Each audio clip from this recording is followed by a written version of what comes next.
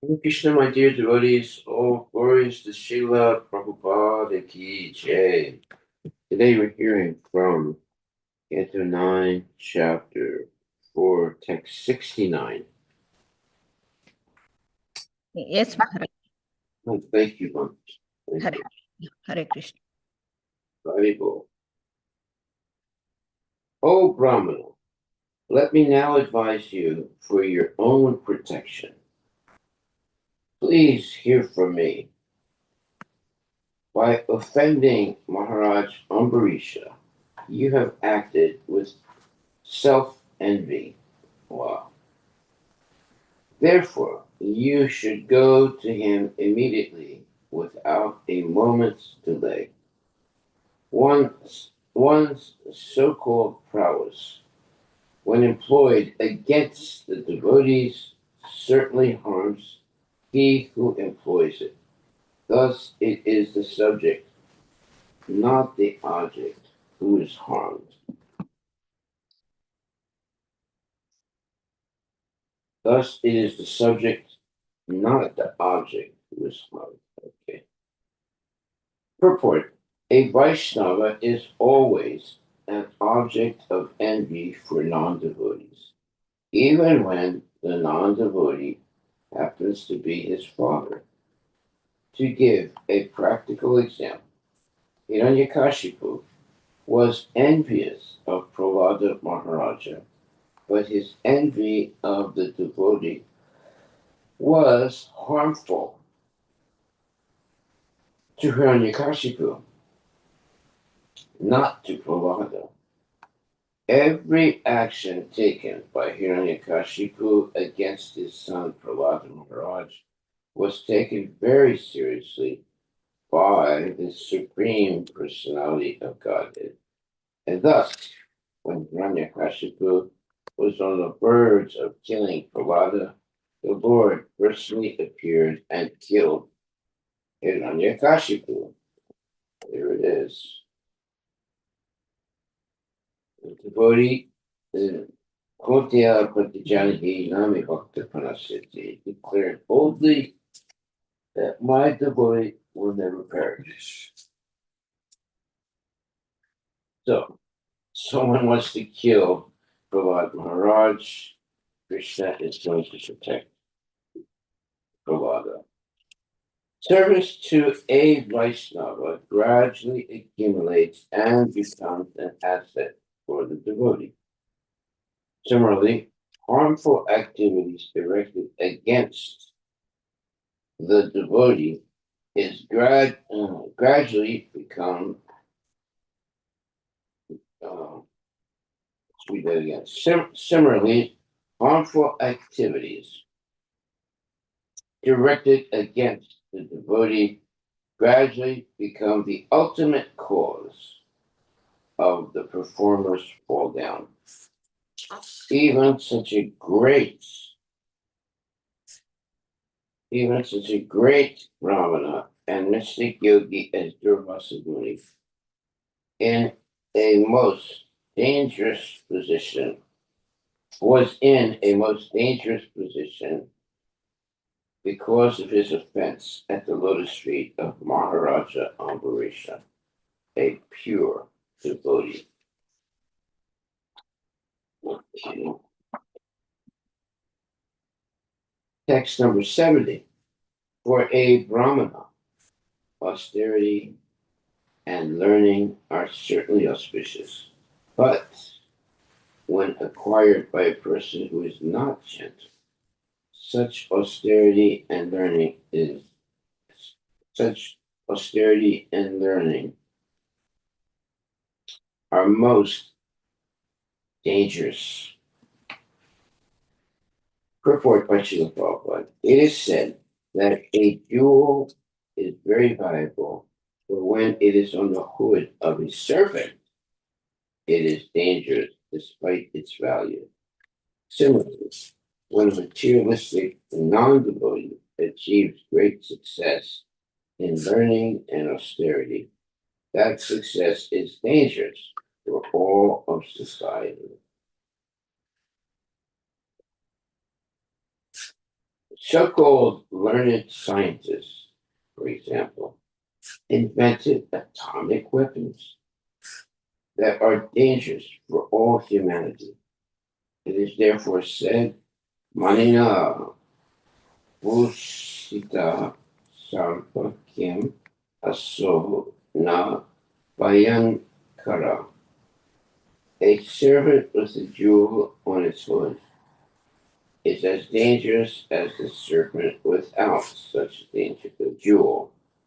Durvasa Muni was a very learned Brahmana equipped with mystic power, but because he was not a gentleman, he did not know how to use his power. He was therefore extremely dangerous. The Supreme Personality of Godhead is never inclined toward a dangerous person who uses his mystic power for some personal design. By the laws of nature, therefore, such misuse of power is ultimately dangerous, not for society, but for the person who misuses it.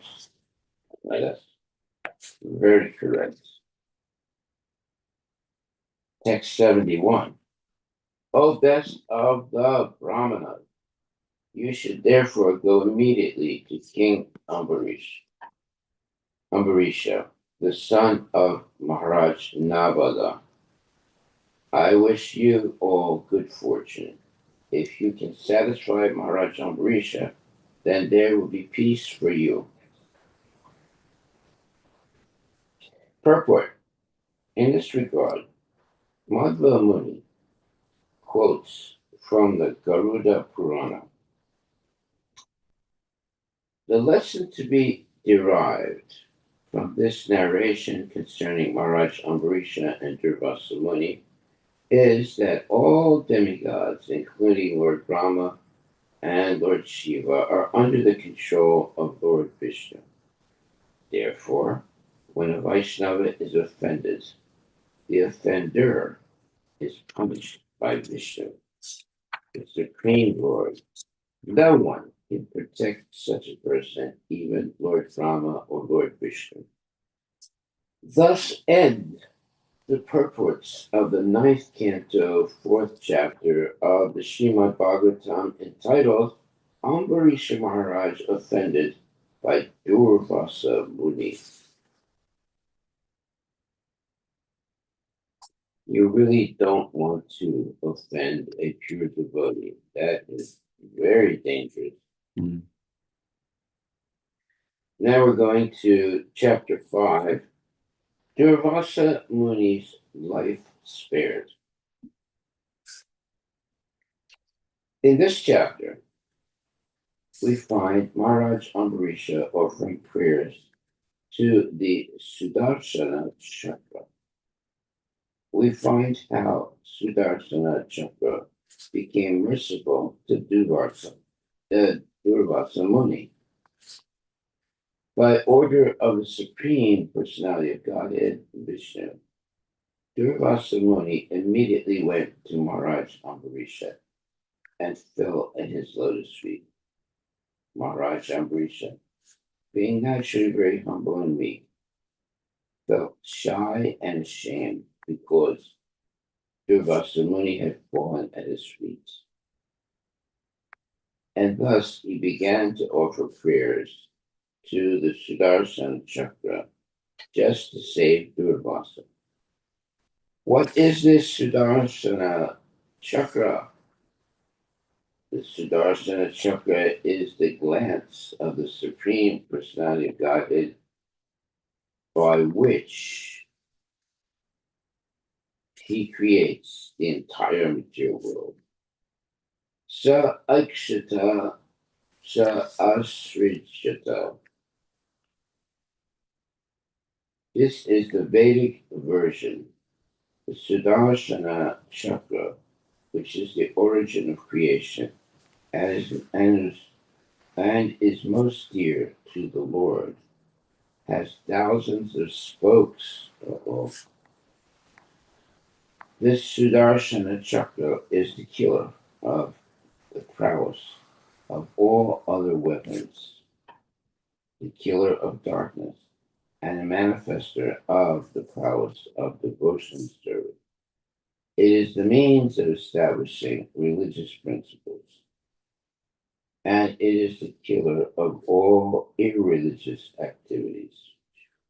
Uh, Without his mercy, the universe cannot be maintained, and therefore the Sudarshana Chakra is employed by the Supreme Personality of Godhead.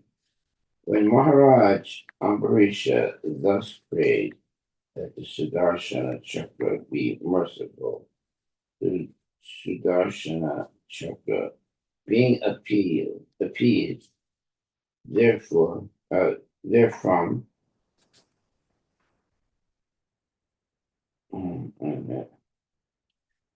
when Maharaj Ambarisha thus prayed that the Sudarshana Chakra be merciful, the Sudarshana Chakra being appeased, refrained from killing Durvasa Muni, who thus achieved the Sudarshana Chakra's mercy. Ah, well, that's good for him. Durvasa Muni thus learned to give up the nasty idea of considering a Vaishnava an ordinary person. Vaishnave Jati Buddhi. Maharaj Ambarisha belonged to the Kshatriya group, and therefore Durvasa considered him lower than the Brahmanas and wanted to exercise Brahminical power against them. By this incident, everyone should learn how to stop mischievous ideas of neglecting Vaishnavas. After this incident, Maharaj Ambarisha gave Durvasa sumptuous food to eat. Mm. And then the king, who had been standing in the same place for 1 year without eating anything, also took prasada. Maharaja Ambarisha later divided his property among his sons and went to the bank of the Manasa Sarovar to execute devotional meditation. Ah, very nice. Text 1. Sukadeva Goswami said, when thus advised by Lord Vishnu, Durvasa Muni, who was very much harassed by the Sudarshana Chakra, immediately approached Maharaj Ambarisha. Being very much aggrieved, the Muni fell down and clasped the king's lotus feet. Good for him. Very good. Before he gets his head cut off. Text 2. When Durvasa touched his lotus feet, Maharaj Ambarisha was very much ashamed. And when he saw Durvasa attempting to offer prayers because of mercy, he was aggrieved even more. Thus, he immediately began offering prayers to the great weapon of the Supreme Personality of Godhead, way, the Sudarshan Chakra. Text 3. Maharaj Ambarisha said, O Sudarsana Chakra, you are fire. You are the most powerful sun, and you are the moon, the master of all luminaries. You are water, earth, and sky. You are the air. You are the five sense objects: sound, touch, form, taste, and smell. And you are the senses also. Text number 4.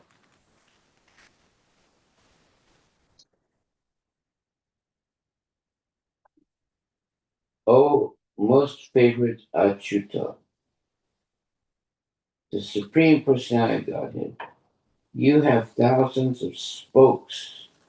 O Master of the material world, destroyer of all weapons, original vision of the personality of Godhead, I offer my respectful obeisances unto you. Kindly give shelter and be auspicious to this Brahmana. Text 5. O Sudarshana wheel, you are religion, you are truth, you are encouraging statements, you are sacrifice, and you are the enjoyer of the fruits of sacrifice. You are the maintainer of the entire universe, and you are the supreme transcendental prowess in the hands of the supreme supreme personality of Godhead. You are the original vision of the Lord, and therefore you are known as Sudarshana. Everything has been created by your activities, and therefore you are all pervading. Purport by Srila Prabhupada. The word Sudarshana means auspicious vision. From Vedic instructions, we understand that this material world is created by the glance of the Supreme Personality of Godhead. Sa Akshata Sa Asrichata. The Supreme Personality of Godhead glanced over the Mahatattva and the total material energy, and when it was agitated, everything came into existence. Western philosophers sometimes think that the original cause of creation was a chunk that exploded. Such a stupid idea. If one thinks of this chunk as a total material energy, the Mahatattva, one can understand that the chunk was agitated by the glance of the Lord, and thus the Lord's glance is the original cause of material creation. Okay. Text number 6. O Sudarsana, you have a very auspicious hub, and therefore you are the upholder of all religion. You are just like an inauspicious comet for the irreligious demons. Indeed, you are the maintainer of the three worlds. You are full of transcendental effulgence. You are as quick as the mind, and you are able to work wonders.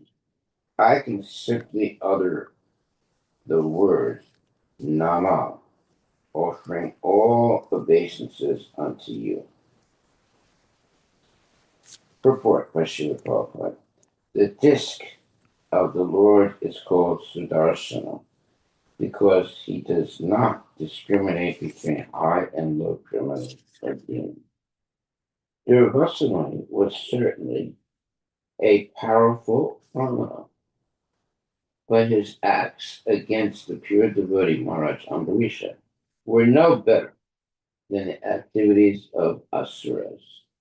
As stated in the Shastras, Dharmam to Shakshat Bhagavat Anitam. The word dharma refers to orders or laws given by the Supreme Personality of Godhead. Sarva dharmam parityaja mamekam saranam praja. Real dharma is surrender unto the Supreme Personality of Godhead. That's a very important statement. Therefore, real dharma means bhakti or devotional service to the Lord. Sudarshana Chakra. The Sudarshana Chakra is here addressed as Dharma Sitabe, the protector of Dharma.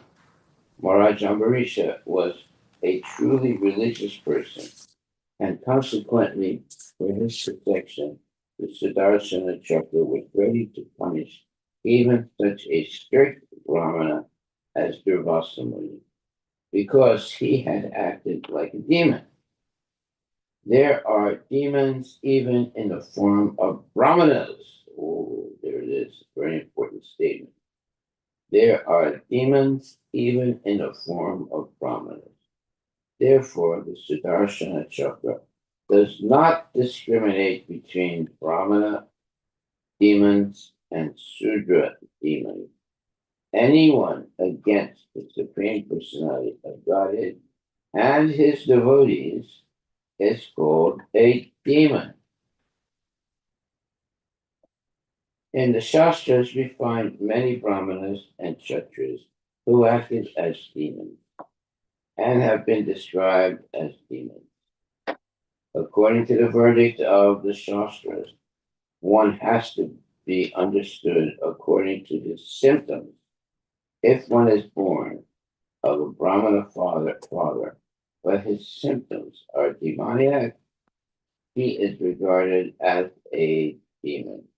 Now, that's a very profound statement. Let me read it again. If one is born of a Brahmana father, but his symptoms are demoniac, he is regarded as a demon. The Sudarshana Chakra is always concerned with annihilating the demons.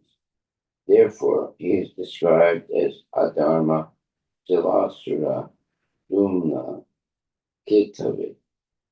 Those who are not devotees are called Adharma Sila. The Sudarshana Chakra is just like an inauspicious comment for all such demons. Yeah, well, that comment is going to always uh, be in a trajectory that is dangerous for the demons. Text 7. O Master of Speech, by your effulgence, full of religious principles, the darkness of the world is dissipated, and the knowledge of learned persons or great souls is manifested. Indeed, no one can surpass your effulgence for all things, manifested and unmanifested, gross and subtle, superior and inferior, are but various forms of you that are manifested by your effulgence. Purport.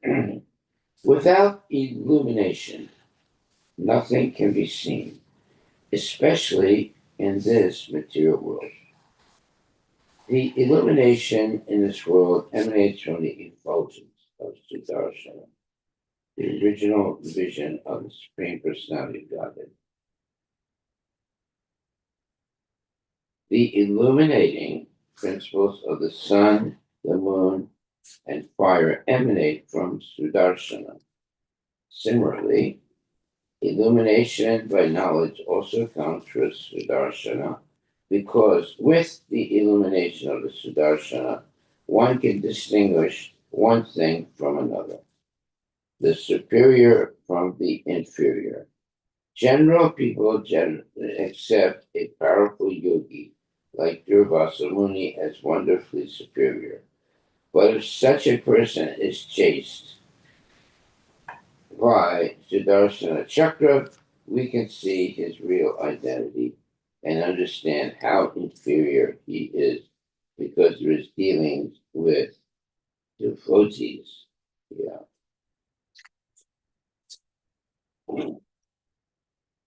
Text number 8. Oh, indefatigable one, when you are sent by the Supreme Personality of Godhead to enter among the soldiers of the Daityas and the Danavas, you stay on the battlefield and unendingly separate their arms, bellies, thighs, legs, and heads. Oh boy, that's terrible. Text 9. O protector of the universe, you are engaged by the Supreme Personality of Godhead as his all powerful weapon in killing the envious enemies. For the benefit of our entire dynasty, kindly favor this poor Brahmana. This will certainly be a favor for all of us. Text number 10. If our family has given charity to the proper persons, if we have performed ritualistic ceremonies and sacrifices, if we have properly carried out our occupational duties, and if we have been guided by learned brahmanas, I wish in exchange that this brahmana be freed from the burning caused by the Sudarshana Chakra. Well, that's a good plea by uh, devotees. Text 11. If the Supreme Personality of Godhead, who is one without a second, who is the reservoir of all transcendental qualities, and who is the life and soul of all living entities, is pleased with us, we wish that this Brahmana, Durvasamuni, be freed from the pain of being burned. Oh my God. The pain of being burned. That's the most horrible type of pain. Text number 12. Sukadeva Goswami continued when the king offered prayers to Sudarsana Chakra and Lord Vishnu. Because of his prayers, Sudarshana Chakra became peaceful and stopped burning the Brahmana known as Durvasa Muni. See what happens when the genuine devotees pray or make uh, a and who are uh, merciful to demons. Text 13.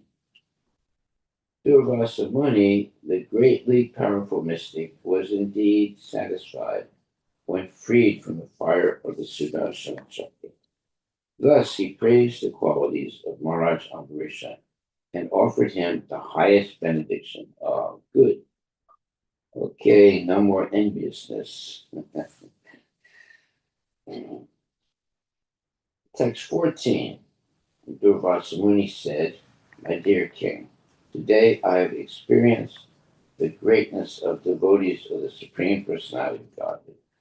For although I have committed an offense, you have prayed for my good fortune. Wow. Yeah. Text 15. For those who have achieved the Supreme Personality of Godhead, the master of the pure devotees, what is impossible to do? What is impossible to do? And what is impossible to give up? In other words, they can do anything that's possible,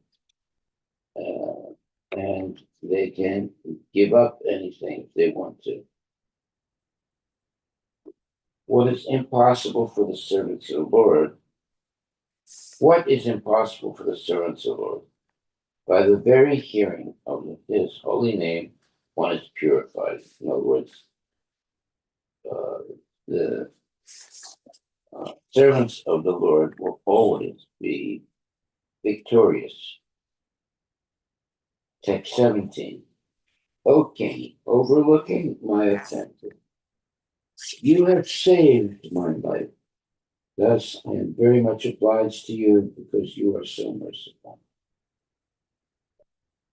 Expecting the return of Durvasa Muni, the king had not taken his food. Therefore, when the sage returned, the king fell at his lotus feet, pleasing him in all respects, and fed him sumptuously. You see how merciful the devotee is. He is fasting for the person who was trying to kill him and praying for his benefit. That means there's no enviousness in the devotee, even though he may be uh, uh, treated terribly by a demon. Text 19. One question, Maharaj. Yeah. For a neophyte devotee, how not to be envious of like anyone, like how to practice that, because they are not pure devotee, but they are trying to follow all the rules and regulation. So how to deal with those enviousness during that? One has to associate with a genuine devotee. There's no other way. You can't figure things out on your own. You have to have the association by surrendering to a genuine devotee to understand things correctly. Text 19. Thus, the king respectfully received Durvasa Muni, who, after eating varieties of palatable food, was so satisfied that with great affection he requested the king to eat also, saying, "Please take your meal." Okay. I think all the animosity is going away, like having very nice prasadam. Text 20. Durvasa Muni said, "I am very pleased with you, my dear king. At first, I thought of you as an ordinary human being and accepted your hospitality. But later, I could understand by my own intelligence that you are the most exalted devotee of the Lord. Therefore, simply by seeing you, touching your feet, and talking with you, I have been pleased and have become obliged to you." Yeah, so that there's a person who's acting as a demon who suddenly realized how wonderful a devotee is. Purport. It is said, Vaishnavera Kriya Mudra Vijneha Na Bhujaya. Even a very intelligent man cannot understand the activities of a pure devotee. Therefore, although Durvasa Muni was a great mystic yogi, he first mistook Maharaj Ambarisha for an ordinary human being and wanted to punish him. Such is the mistaken observation of a Vaishnava. When Durvasa Muni was persecuted by the Sudarshana Chakra, however, his intelligence developed. Therefore, the word Atma Medasa is used to indicate that by his personal experience, he would understand how great a Vaishnava the king was. When Durvasa Muni was chased by the Sudarshana Chakra, he wanted to take shelter of Lord Brahma and Lord Shiva, and he was even able to go to the spiritual world, meet the personality of Godhead, and talk with him face to face. Yet he was not unable to be rescued from the attack of the Sudarshana Chakra. Thus, he could understand the influence of a Vaishnava by personal experience. Yeah, you have to go back and beg the mercy of the person that has been that you have insulted. There's no other way to get free of the Sudarshana chakra. Durvasamuni was certainly a great yogi and a very learned Brahmana, but despite his being a real yogi, he was unable to understand the influence of a Vaishnava. Therefore, it is said, Vaishnavera Kriya Mudra Vijneha Na Bhujaya. Even the most learned person cannot understand the value of a Vaishnava. There is always a possibility for so-called Gyanis and Yogis to be mistaken when studying the character of a Vaishnava. A Vaishnava can be understood by how much he is favored by the Supreme Personality of Godhead in terms of his inconceivable activity. Yeah. Text 21. All the blessed women in the heavenly planet will continuously chant about your spotless character at every moment. And the people of this world will also chant your glories continuously. Text 22. Sri Sukadeva Goswami continued, thus being satisfied in all respects, the great mystic yogi Durvasamuni took permission and left, continuously glorifying the king. Through the skyways, he went to Brahmaloka, which is devoid of agnostics and dry philosophical speculators. Purport. Although Durvasa Muni went back to Brahmaloka through the spaceways, he did not need an airplane, for great mystic yogis can transport themselves from any planet to any other without any machine. There is a planet named Siddha Loka, whose inhabitants can go to any other planet because they naturally have all the perfection of yoga practice. Thus, Durvasamuni, the great mystic yogi, could go through the skyways to any planet, even to Brahmaloka. In Brahmaloka, everyone is self-realized, and thus there is no need of philosophical speculation to come to the conclusion of the absolute truth. Durvasa Muni's purpose in going to Brahmaloka was apparently to speak to the residents of Brahmaloka about how powerful a devotee is and how a devotee can surpass every living entity within this material world. The so-called Gyanis and Yogis cannot compare to a devotee.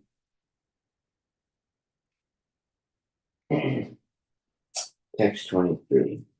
Durvasa Muni had left the place of Maharaja Ambarisha, and as long as he had not returned for one complete year, the king had fasted, maintaining himself simply by drinking water. And you see how merciful Maharaj Ambarisha is. Even though he's being harassed by Durvasa Muni, he is praying for Durvasa Muni. And for 1 year, he's fasting. Text 24. After 1 year, when Durvasa Muni had returned, King Ambarisha sumptuously fed him all varieties of pure food. Wow, see how merciful he is. And then he himself also ate. When the king saw that the Brahmana Durvasa had been released from the great danger of being burned, he could understand that by the grace of the Lord, he himself was also powerful, but he did not take any credit, for everything had been done by the Lord. Let's see, that is the correct way to see things. Hmm. A devotee like Maharaj Ambarisha is certainly always busy in many activities. Of course, this material world is full of dangers that one has to meet, but a devotee, because of his full dependence on the Supreme Personality of Godhead, is never disturbed. The vivid example of Maharaj Ambarisha. The vivid example is Maharaja Ambarisha. He was the emperor of the entire world and had many duties to perform. And in the course of these duties, there were many disturbances created by persons like Durvasa. But the king tolerated everything, patiently depending fully on the mercy of the Lord. That is a very wonderful statement. Patiently depending on the mercy of the Lord. The Lord, however, is situated in everyone's heart. Sarvasya chaham hridi sanivista. And he manages things as he desires. Thus, although Maharaj Ambarisha was faced with many disturbances, the Lord, being merciful to him, managed the things so nicely that in the end, Durvasa Muni and Maharaj Ambarisha became great friends. See, now this is the correct way. And parted cordially on the basis of Bhakti Yoga. After all, Durvasa Muni was convinced of the power of Bhakti Yoga, although he himself was a great mystic yogi. Therefore, as stated by Lord Krishna in Bhagavad Gita 6.47, Yoginam api sarve samad gatilantaratmana Shadavan Vajate Yomam Same Yukitamo Mata. Of all yogis, he who always abides in me with great faith, worshipping me in transcendental loving service, is most intimately united with me in yoga, and is the highest of all. Thus, it is a fact that a devotee is the topmost yogi, as proved in the dealings of Maharaj Ambarisha with Durvasa Muni.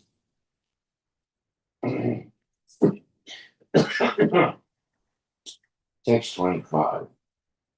In this way, because of devotional service, Maharaj Ambarisha, who was endowed with varieties of transcendental qualities, was completely aware of Brahman, Paramatma, and the Supreme Personality of Godhead, and thus he executed devotional service perfectly. Because of his devotion, he thought even the topmost planet of this material world no better than the hellish planets. Purport. An exalted and pure devotee like Maharaj Ambarish is full in awareness of Brahman, Paramatma, and Bhagavan. In other words, a devotee of Vasudeva, Krishna, is in full knowledge of the other features of the Absolute Truth. The Absolute Truth is realized in three features: Brahman, Paramatma, and Bhagavan. Brahmeti Paramatmeti Bhagavan iti sabhyate. A devotee of the Supreme Personality of Godhead, Vasudeva, knows everything. Vasudeva Sarvamiti, because Vasudeva, Krishna, includes both Paramatma and Brahman. One does not have to realize Paramatma by the yoga system. For the devotee always thinking of Vasudeva is the topmost yogi. Yoginam api sarvesam. And as far as jnana is concerned, if one is a perfect devotee of Vasudeva, he is the greatest Mahatma. Vasudeva Sarvam Iti Sa Mahatma Sudurlabha. A Mahatma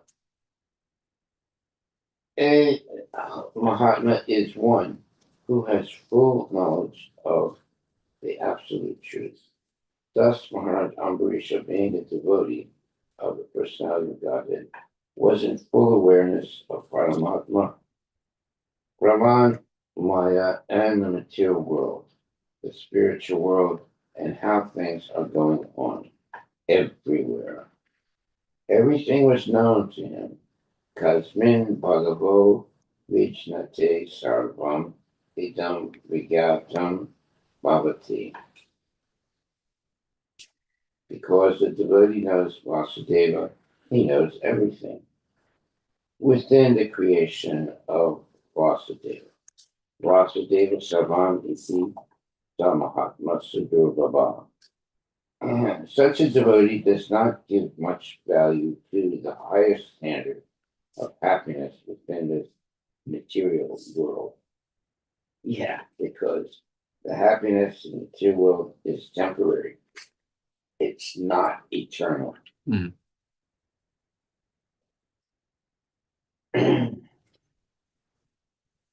Narayana Parasarve Na Kutaschana Vidyati Swarga Pavarga Narakeshva Api Tulyarta Darshina. Bhagavatam 6.17.28. Because he is fixed in devotional service, a devotee does not regard any position in the material world as important. She Prabodhananda Prabodhananda Saraswati has therefore written in Chaitanya Chandramrita 5.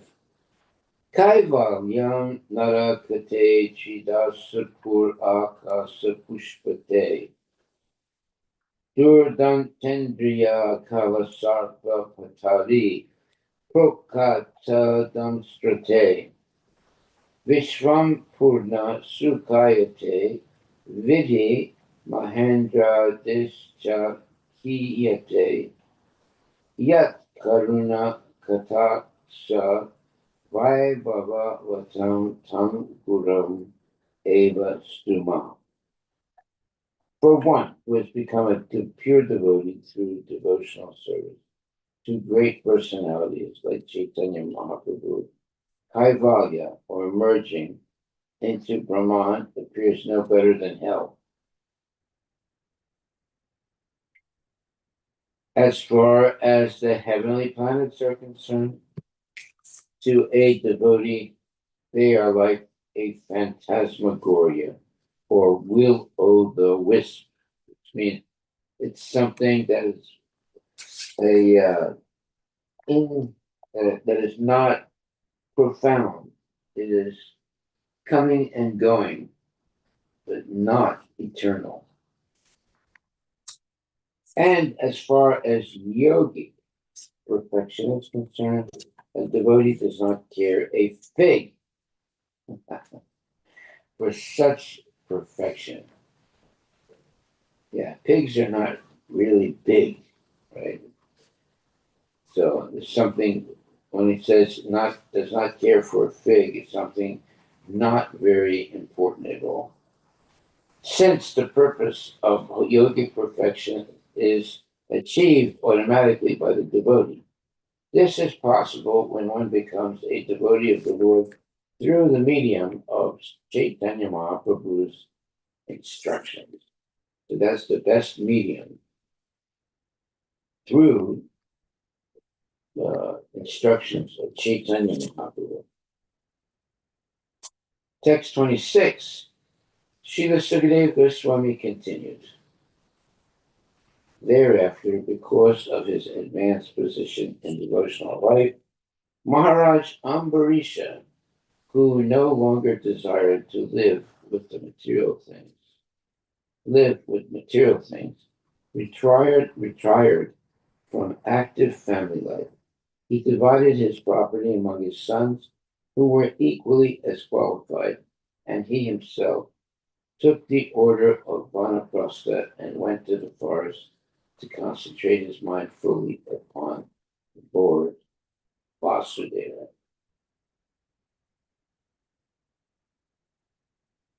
Purport. A pure devotee, Maharaj Ambarisha, was liberated in any condition of life because, as enunciated by Sri Rupa Goswami, a devotee is always liberated. Iha yasya harir dasye karmana manasajira. Nikhil aswa api avasta su jivan muktasa uchate. In Bhakti Prasamrita Sindhu, Srila Rupa Goswami thus instructs that if one's only desire is to serve is service to the Lord, he is liberated in any condition of life.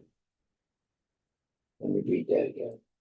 In the Bhakti Rasamrita Sindhu, Srila Rupa Goswami has instructed that if one's only desire is service to the Lord, he is liberated in any condition of life.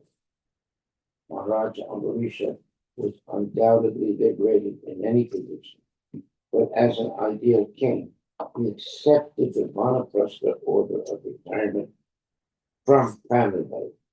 It is essential for one to renounce family responsibility and fully concentrate on the lotus feet of Vasudeva. Therefore, Maharaj Ambarisha divided the kingdom among his sons and retired from family life. Yeah, that's the purpose of spiritual life. You eventually give up everything and take up Krishna consciousness fully, 24 hours a day. Text 27.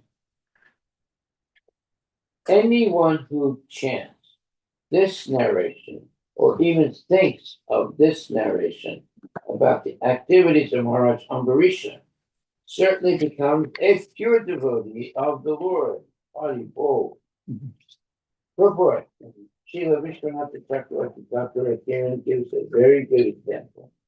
When one is very eager for more and more money, he is not satisfied even when he is a millionaire or multimillionaire, but wants to earn more and more money by any means. The same mentality is present in a devotee. The devotee is never satisfied thinking, this is the limit of my devotional service. The more he engages in the service of the Lord, the more service he wants to give. This is the position of a devotee. Maharaj Ambarisha, in his family life, was certainly a pure devotee, complete in every respect, because of his mind and all his senses were engaged in devotional service.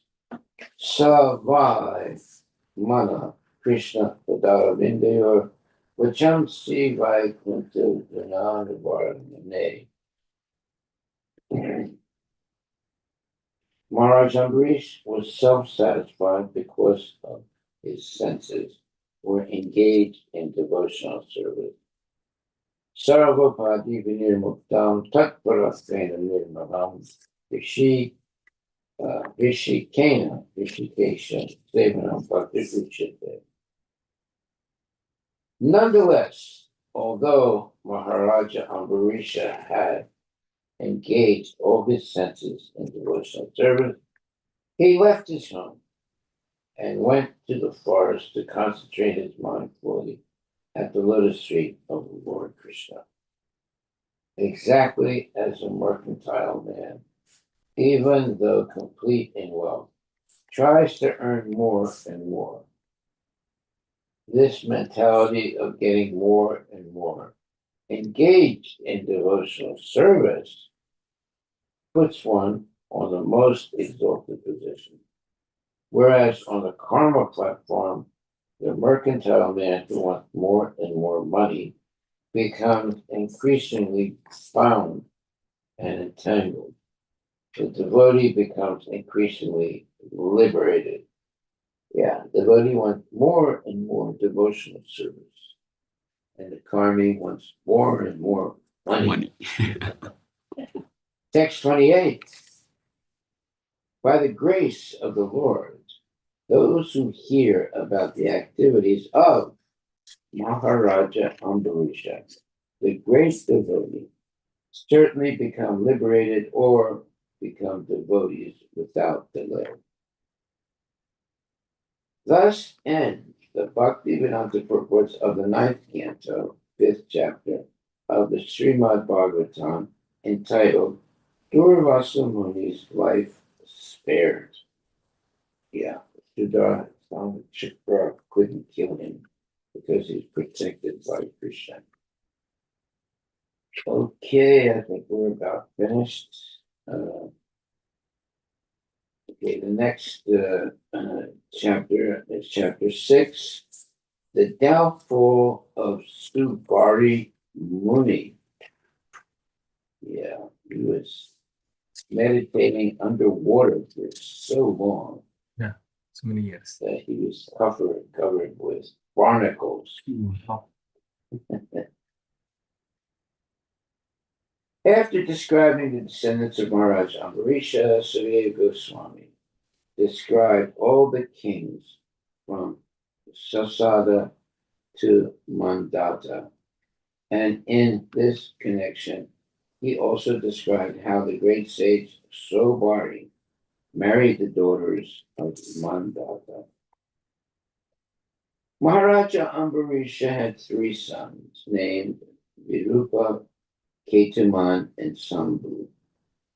The son of Virupa was Prasadaswa, and his son was Ratitara.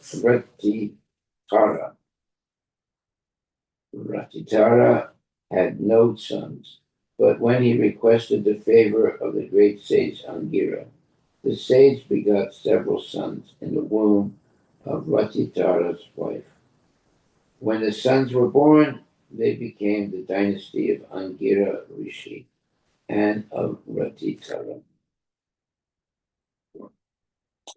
The son of Mans was Iswaku, who had 100 sons, of whom Viku Kishi, Nimi, and Dandaka were the eldest. The sons of Maharaja Iswaku became kings of different parts of the world. Because of violating sacrificial rules and regulations, one of these sons, Viku Kishi, was banished from the kingdom. By the mercy of Vasistha and the power of mystic yoga, Maharaj Ikshwaku attained liberation after giving up his material body. When Maharaja Ikshwaku expired, his son Bhikkhu Kishi returned and took charge of the kingdom. He performed various types of sacrifices, and thus he pleased the Supreme Personality of Godhead. Thus, Bhikkhu Kishi later became celebrated as Sasada. Bhikkhu Kishi's son fought with the demons for the sake of the demigods, and because of his valuable service, he became famous as Puranjana, Indravaha, and Kakushta. The son of Puranjana was Anena. The son of Anena was Prithu, and the son of Prithu was Vishwagandhi. The son of Vishwagandhi was Chandra, and the son of Chandra was Yuvanasva, and his son was Swavastra, who conducted Shivasti Puri. The son of Shivasta was Brihadasva. Brihadasva's son Kuvalyasva killed a demon named Dundu, and thus he became celebrated as Dundu Mara, the killer of Dundu. Yeah. Sounds like don't do it.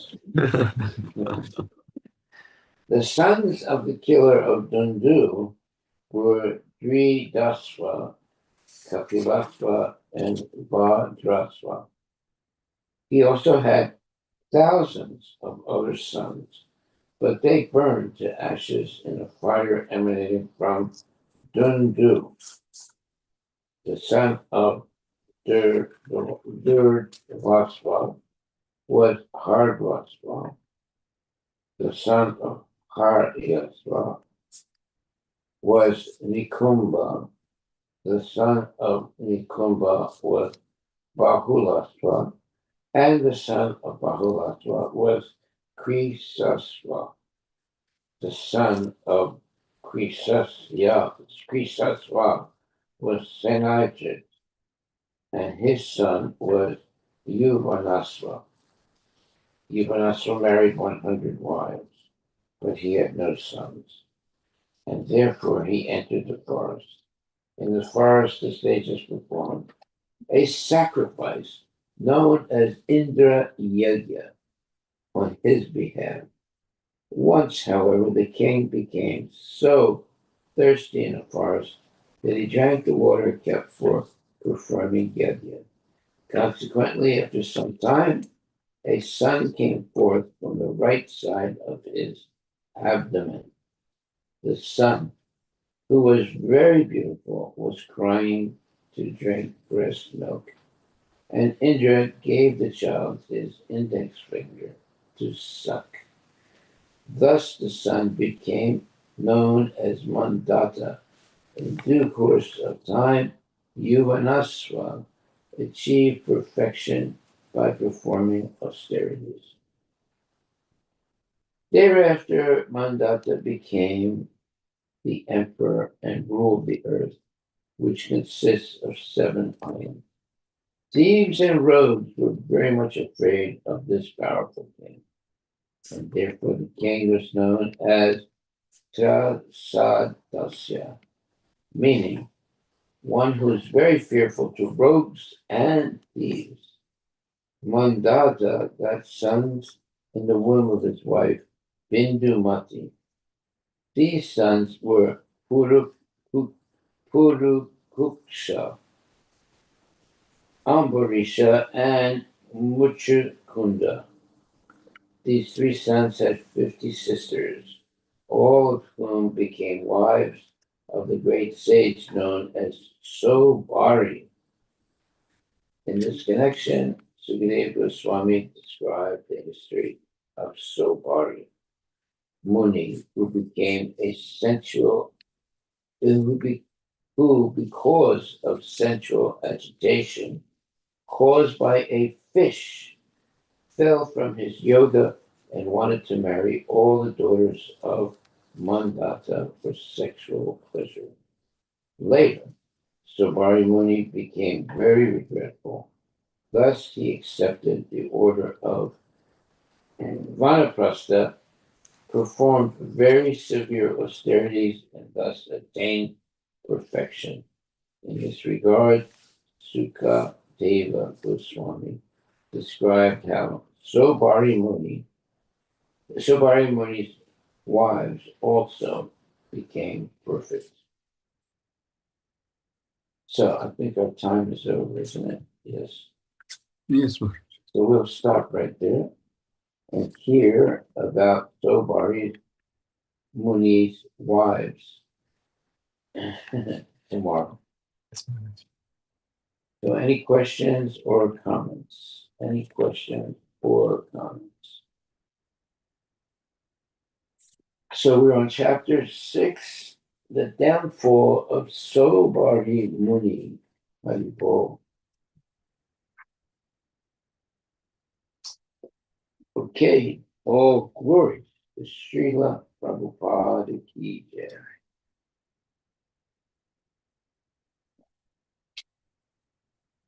If there are no questions or comments, then we will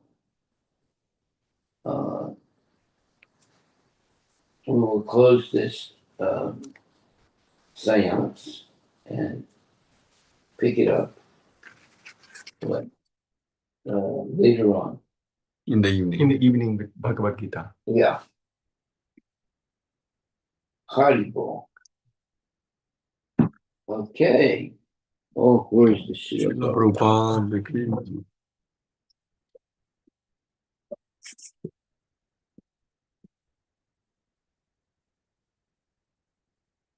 Hare Krishna, Hare Krishna, Krishna Krishna, Hare Hare. Hare Rama, Hare Rama, Rama Rama, Hare Hare. Hare Krishna, Hare Krishna, Krishna Krishna, Hare Hare. Hare Rama, Hare Rama, Hare Hare. Shri Krishna Chaitanya Prabhu Nityananda Shri Advaita Gadadhara